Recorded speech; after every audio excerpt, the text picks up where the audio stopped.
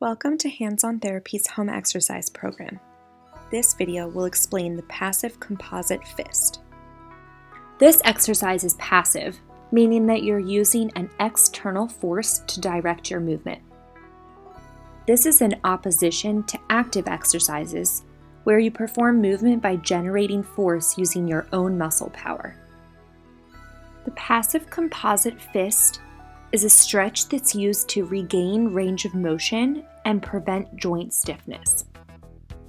It's a stretch that also promotes flexion or bending of the MP big knuckle, PIP middle joint, and DIP end joint to increase the motion at these joints.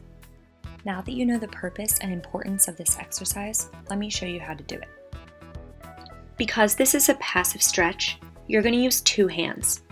First, your involved hand that you were instructed to perform this exercise on, and second, your uninvolved or helper hand.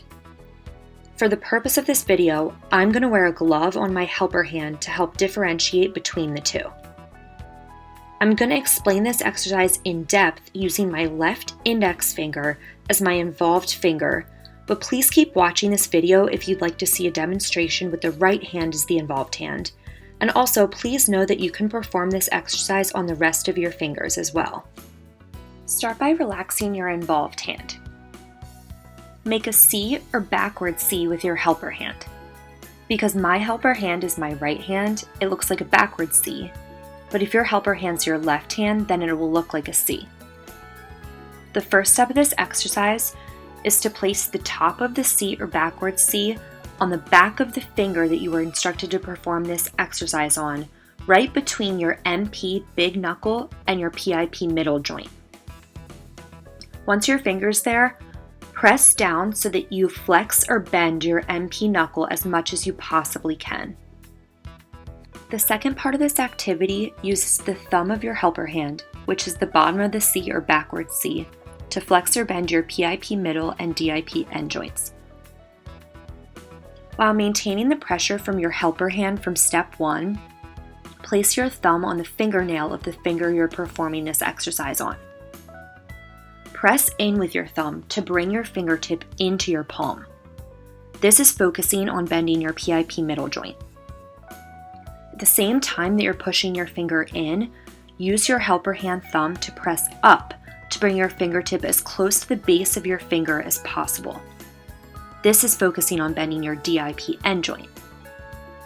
So basically, you should be using your helper hand to simultaneously apply pressure down with the top of your C and in and up with the bottom of your C. It's really important to keep your involved hand relaxed throughout this activity. Your helper hand should be the one doing all of the work, and the more relaxed your involved hand is, the better stretch you're going to get.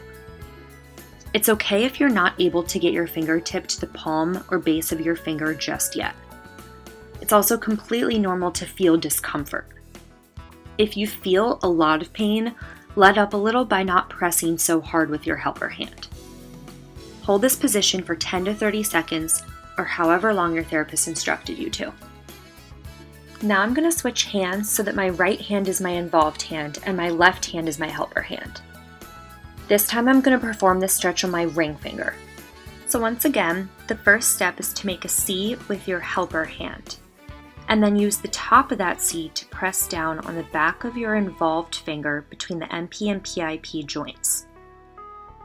While maintaining this pressure, use the bottom of your C or your helper hand thumb to press in and up on the tip of your finger. As always, ask your therapist if you have any questions when completing this exercise. Thanks for watching.